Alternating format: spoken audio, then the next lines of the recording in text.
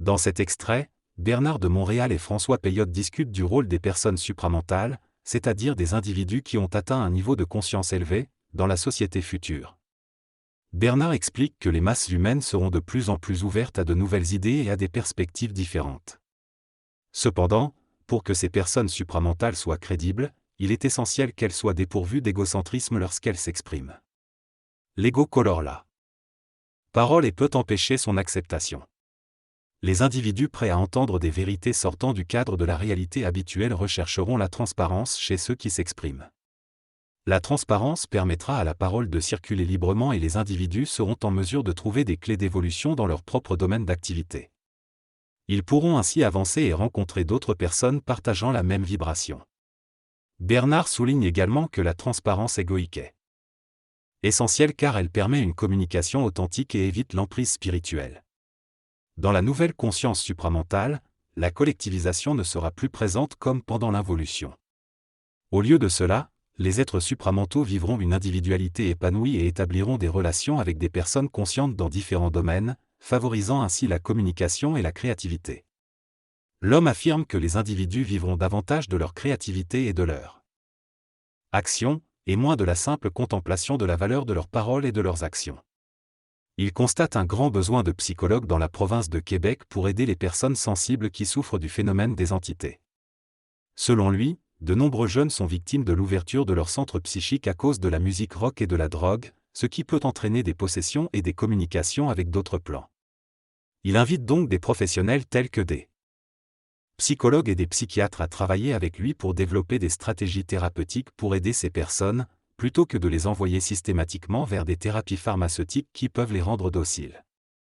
Il estime que nous devons aller plus loin dans le domaine du mental et créer une nouvelle révolution, comme le fit Freud, en intégrant la conscience spirituelle à la psychologie et à la psychanalyse. Il affirme que les personnes qui vivent d'une conscience occulte n'ont pas besoin de prouver intellectuellement la valeur de ce qu'elles disent, car elles ne sont pas des intellectuels mais des êtres qui vivent d'une conscience différente. Il souhaite créer un centre de recherche sur l'homme et l'aliénation mentale, détaché des approches purement physico-chimiques, où l'on pourrait aider les personnes aliénées mentalement à se désengager des entités ou des possessions et les récupérer. Il finit en affirmant la nécessité de ressources humaines sensibles pour mener à bien ses actions.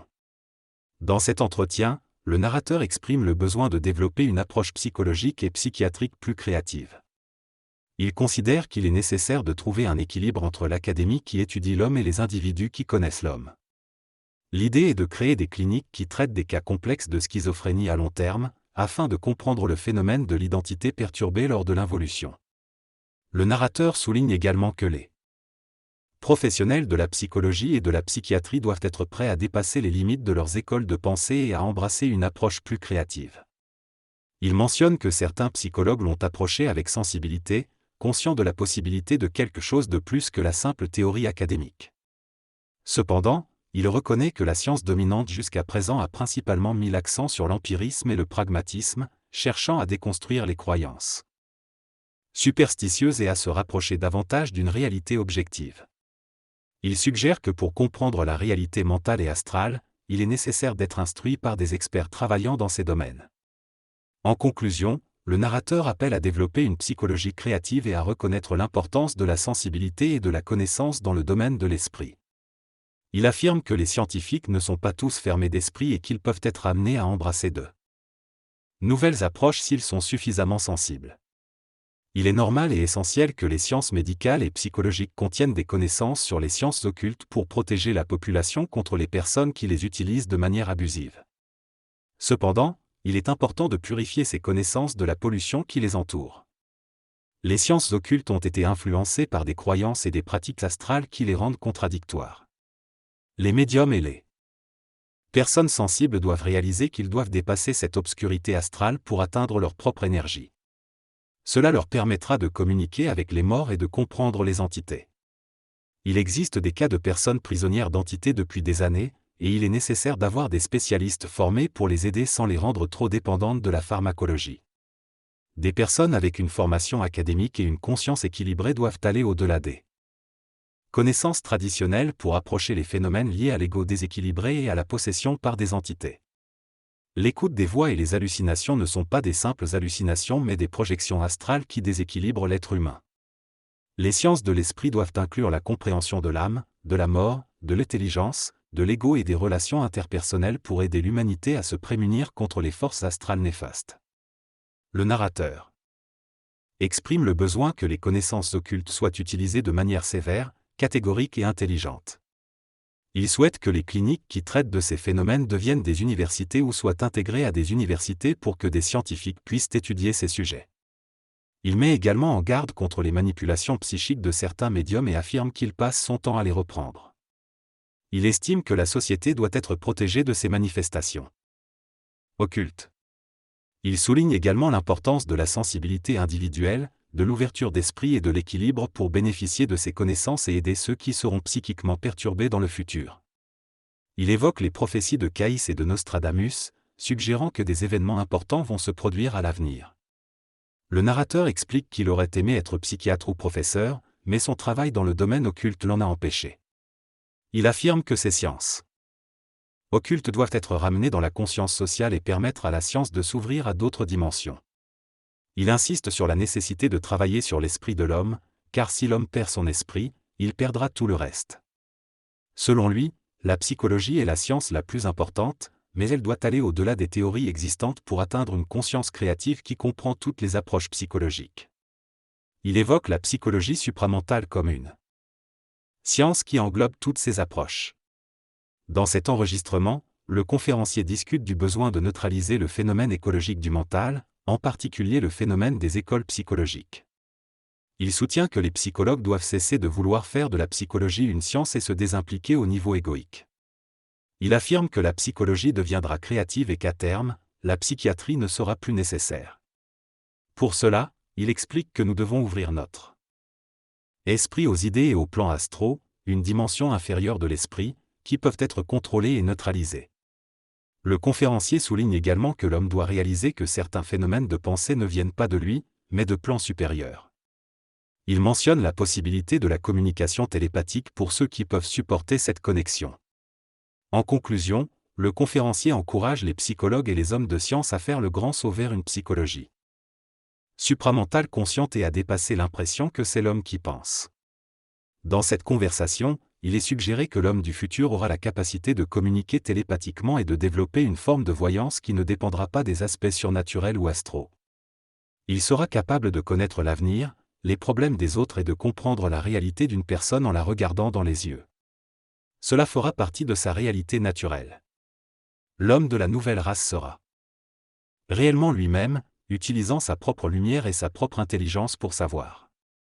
Cependant, il est souligné qu'il ne s'agit pas d'une connaissance comme nous le concevons actuellement, mais plutôt d'une nouvelle forme de conscience et d'intelligence. On souligne également l'importance de respecter les scientifiques et leur travail, qui ont un certain idéalisme, mais on suggère que dans le futur, ils iront encore plus loin grâce à une autre dimension du mental. On insiste sur le fait que ces scientifiques doivent comprendre les conséquences de leurs actions, en particulier dans les domaines nucléaires, génétiques et d'ingénierie biologique. Il est également mentionné que l'homme conscient de l'avenir ne sera pas touché par les événements karmiques de la planète. En ce qui concerne la neurochirurgie et la recherche de causes chimiques aux problèmes mentaux, cela est considéré comme une expérience karmique de la science actuelle.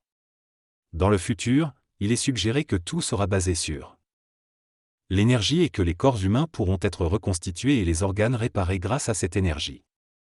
L'énergie est décrite comme une forme d'intelligence provenant d'une autre dimension, qui peut changer l'espace-temps de la matière et lui faire perdre ses liens karmiques.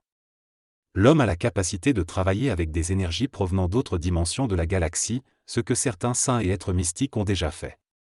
L'humanité est destinée à vivre de grands mouvements et à redevenir conscient, afin de se libérer de la mort et de participer à l'évolution qui mènera à l'immortalité de la chair. Cela nécessite une préparation et une adaptation au niveau de nos corps. La science a sa valeur pour sortir l'homme de la misère matérielle, mais il ne faut pas qu'elle aille trop loin et replonge l'homme dans un enfer matériel. L'auteur se concentre pour le moment sur la psychologie et sur le fait de faire comprendre aux psychologues comment fonctionne l'ego et comment accéder à une autre dimension de l'homme. Selon lui, c'est sur le plan de la science et de la psychologie que le Québec pourrait se démarquer et avoir une place privilégiée dans le monde. Il faut cependant être prêt à embrasser une science nouvelle, qui dépasse l'entendement et l'imagination, tout en conservant les structures nécessaires pour que cette science puisse être intégrée. L'auteur souligne aussi l'importance de reconnaître les mérites de ceux qui ont progressé dans le domaine de la science, de la psychanalyse et de la médecine. Dans cette discussion, l'orateur souligne l'importance de la science et de la respecter, tout en reconnaissant qu'il existe une autre forme de science qui est en train de se développer. Il mentionne que cette nouvelle science sera révolutionnaire et déchaînante, et abordera des questions telles que l'origine de la réalité, la génétique et l'atome. La conversation se tourne ensuite vers la genèse de l'être humain et l'aspect spirituel qui est à l'œuvre dans ce processus. Le conférencier explique que dans la genèse de la matière, il y a des forces actives qui font partie des dimensions non matérielles. Sur ces plans, les concepts de hauteur, de largeur, de longueur et de poids tels que nous les connaissons n'existent pas. Le conférencier souligne que sur ces plans, l'esprit est actif et formule des courants d'énergie qui, en contact avec la matière, la font exploser. L'orateur poursuit en expliquant que dans un embryon, toutes les composantes nécessaires à la formation d'un être humain sont déjà présentes en potentiel. Il considère que les forces vitales stationnaires, qui sont capables de modeler des formes sur un plan parallèle au plan matériel, jouent un rôle important dans la division des cellules et l'évolution génétique des races et des civilisations. En résumé, cette discussion aborde le rôle de la science et son évolution, ainsi que l'aspect spirituel de la genèse de l'être humain. L'orateur met en avant l'importance de respecter les sciences actuelles tout en reconnaissant qu'une nouvelle science révolutionnaire est en train d'émerger. Dans cette conversation, Bernard de Montréal explique que les énergies spirituelles sont capables de se jumeler à la forme matérielle et d'entrer en sympathie vibratoire avec elle. Il mentionne le cas de la fécondation, où l'ovule crée une ouverture vibratoire qui sélectionne le spermatozoïde approprié, afin d'éviter que l'être humain soit simplement le produit d'une statistique. Il souligne l'importance du choix vibratoire dans ce processus. Bernard de Montréal met également en garde contre les interférences que la science peut avoir sur ce processus naturel de reproduction. Si nous ne respectons pas les lois de la nature, nous risquons d'avoir des enfants dont la vibration est totalement étrangère à celle des parents, ce qui peut causer des difficultés dans l'éducation. Par conséquent, il estime que des personnes comme lui ne pourraient pas travailler dans le domaine scientifique, car il serait constamment confronté à des situations où il devrait refuser de faire des choses qui sont en désaccord avec leur vibration. Bernard de Montréal rejette également l'idée d'être un phénomène unique, affirmant que chaque individu est unique à sa manière. Il souligne que sa particularité réside dans sa capacité à vibrer à une certaine fréquence, mais il met en garde contre l'idée de se considérer comme unique au point de donner l'impression d'être séparé de la masse. Il faut être conscient qu'il peut y avoir d'autres personnes similaires, même si on ne connaît qu'un seul Bernard de Montréal. L'échange entre l'interviewé, FP, et Bernard de Montréal, Boulevard M, aborde le sujet de la reproduction et de la possibilité de créer d'autres personnes comme Bernard de Montréal. BDM considère cette question comme peu sérieuse et préfère passer à autre chose. Ensuite, la conversation se tourne vers la comète de Halley et sa forme de spermatozoïde. BDM explique que la fonction de la comète est d'absorber des âmes et des mémoires dans les éthers subtils et de les transporter dans d'autres parties de l'univers. Il compare cela à un vidangeur cosmique. Il explique également que l'univers fonctionne de manière similaire au niveau matériel, éthérique, astral, mental, etc. BDM suggère que lorsque l'homme aura accès à un véhicule éthérique, il pourra voyager dans ces autres mondes parallèles et comprendre leur organisation psychique. Cela lui permettra de voir que la vie est complexe et digne d'être connue à tous les niveaux. Il souligne que l'homme ne vivra plus du besoin de la connaissance, car le savoir fait partie de l'esprit, tandis que la connaissance fait partie de l'expérience de l'âme. En conclusion, l'interviewé remercie BDM pour ses réponses.